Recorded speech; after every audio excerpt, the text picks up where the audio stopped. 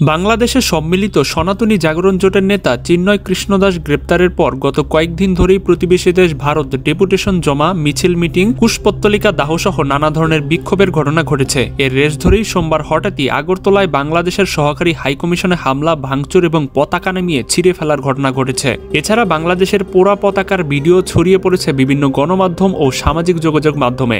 যদিও এই ঘটনার পর সন্ধ্যায় দুঃখ প্রকাশ করে বিবৃতি দিয়েছে ভারতের পররাষ্ট্র মন্ত্রণালয়। সোমবার বাংলাদেশের আগরতলার সহকারী হাইকমিশনে ঠিক কি হয়েছিল এবং কারা ছিল এর সাথে জড়িত? হিন্দু সংঘর্ষ সমিতি নামের একটি সংগঠনের ব্যানারেই এই ভাঙচুর ও হাইকমিশনের অফিসের পতাকা ছিঁড়ে ফেলার ঘটনা ঘটেছে।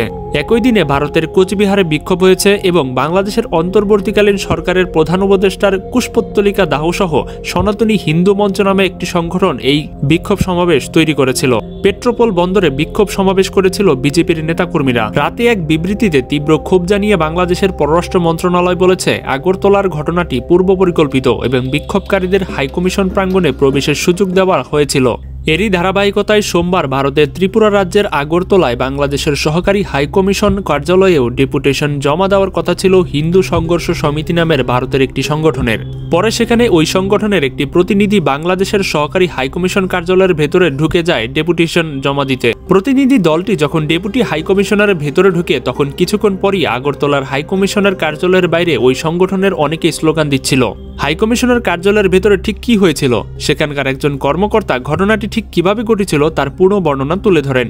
তবে তিনি তার নাম প্রকাশ না করার অনুরোধ জানিয়েছেন। ওই অজ্ঞাতনামা ব্যক্তিটি বলে, ওই সংগঠনটি ডেপুটেশনে জমা দিতে আসবে, এটি নিয়ে পুলিশের পক্ষ থেকে আমাদের সাথে আগেই কথা হয়েছে।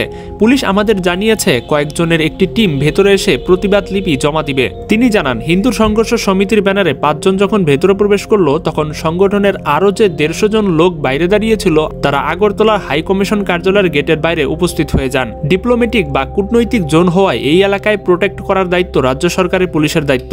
ওই কর্মকর্তা বলেন, আমাদের অফিসের সামনে 150 বিক্ষোভকারীর বিপরীতে পুলিশের প্রায় 100 জন সদস্যও ছিল না। ওই পুলিশের লোকজন থাকা সত্ত্বেও তারা আমাদের অফিসে ঢোকার গেটটি খুলে দিল।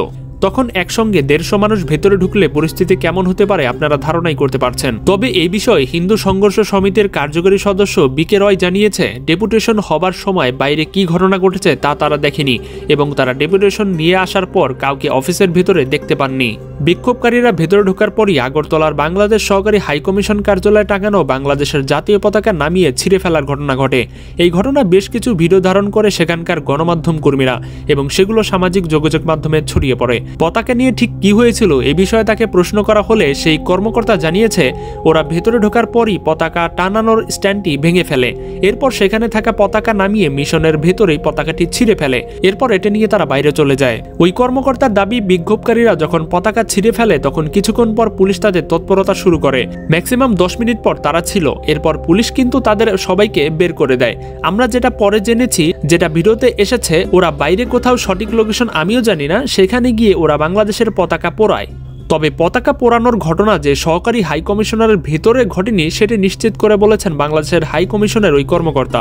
ভিডিওতে যে পতাকা দেখা যায় সেটি হাইকমিশন কার্যালয় থেকে ছিঁড়ে নেওয়া সেই পতাকা কিনা সেটি তিনি নিশ্চিত বললে জানেন না। তারা আমাদের যে পতাকা নামিয়েছে এবং ছিঁড়েছে এই পতাকা তারা নিয়ে গেছে, এটাই সঠিক। হামলা এবং ভাঙচুরের পর ত্রিপুরা পুলিশের শীর্ষ কর্মকর্তারা ঘটনাস্থলে গিয়ে বাংলাদেশের সহকারী হাইকমিশন অফিসটি ঘুরে দেখেন এবং সেখানকার কর্মকর্তাদের সঙ্গে কথা বলেন।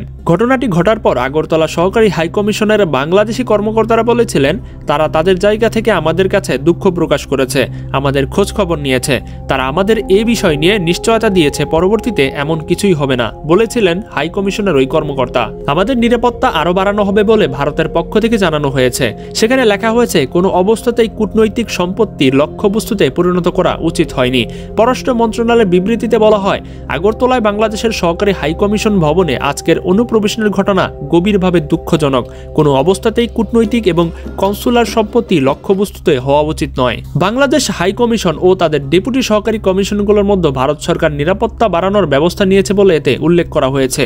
আগরতলার হাইকমিশনের হামলার ঘটনায় ক্ষুব্ধ প্রতিক্রিয়া জানিয়ে রাতে বিবৃতি দেয় বাংলাদেশের পররাষ্ট্র মন্ত্রণালয়। এতে বলা হয়েছে, সোমবার আগরতলায় হিন্দু সংগ্রাম সমিতির বিক্ষোভকারীদের দ্বারা বাংলাদেশের সহকারী হাইকমিশন প্রাঙ্গণে হিংসাত্মক বিক্ষোভ ও আক্রমণের জন্য বাংলাদেশ সরকার গভীরভাবে ক্ষুব্ধ। বিবৃতিতে আরও তিনি বলেন, প্রাপ্ত তথ্য চূড়ান্তভাবে নির্দেশ করে যে বিক্ষোভকারীরা পূর্ব পরিকল্পিতভাবে বাংলাদেশের সহকারী হাইকমিশনের প্রধান ফটক ভেঙে প্রাঙ্গণে প্রবেশ করতে পেরেছে। এই সময় স্থানীয় আইন প্রয়োগকারী সংস্থার সদস্যদের উপস্থিতিতে তারা পতাকাটি খুঁটি ভাঙচুর করে, বাংলাদেশের পতাকার অবমাননা করে এবং সহকারী হাইকমিশনের অভ্যন্তরের সম্পত্তিও ক্ষতিগ্রস্ত করে। দুঃখের বিষয়, হাইকমিশন প্রাঙ্গণ রক্ষার দায়িত্বে থাকা স্থানীয় পুলিশ সদস্যরাও শুরু থেকেই পরিস্থিতির নিয়ন্ত্রণে সক্রিয় ভূমিকা রাখেনি। সহকারী হাইকমিশনের সকল সদস্যদের নিরাপত্তাহীনতায় ভুগছে বলে বিবৃতিতে উল্লেখ করা হয়েছে। বিবৃতিতে আরও বলা হয়েছে, বাংলাদেশের একটি কূটনৈতিক মিশনের ওপর এই জঘন্য হামলা এবং বাংলাদেশের জাতীয় পতাকার অসম্মান একটি প্যাটার্নের সাথে মেলে গত 28 নভেম্বর কলকাতায় একই ধরনের হিংসাত্মক বিক্ষোভ ঘটেছে। আগরতলার কূটনৈতিক মিশনের ওপর এমন হামলা ভিয়েনা কনভেনশন অব ডিপ্লোম্যাটিক রিলেশনে 1961 লঙ্ঘন করা হয়েছে। কূটনৈতিক মিশনগুলোতে যে কোনো ধরনের অনুপ্রবেশ বা ক্ষতি থেকে রক্ষা করা সেই দেশের সরকারের দায়িত্ব বলে উল্লেখ করে বাংলাদেশের পররাষ্ট্র মন্ত্রণালয়। ভারত সরকারকে এ ঘটনার ব্যবস্থা নেওয়া এবং ঘটনার বিস্তৃত তদন্ত এবং ভারতে বাংলাদেশের কূটনীতিকদের নিরাপত্তা ও অকূটনৈতিক সদস্য এবং বাংলাদেশের পরিবারের সদস্যদের নিরাপত্তা নিশ্চিত করে কূটনৈতিক মিশনের যে কোনো সহিংসতা প্রতিরোধ করার আহ্বান জানিয়েছে বাংলাদেশ। এ বিষয় সম্পর্কে আপনার কি মতামত সেটা কিন্তু অবশ্যই আমাদেরকে কমেন্টে জানাবেন।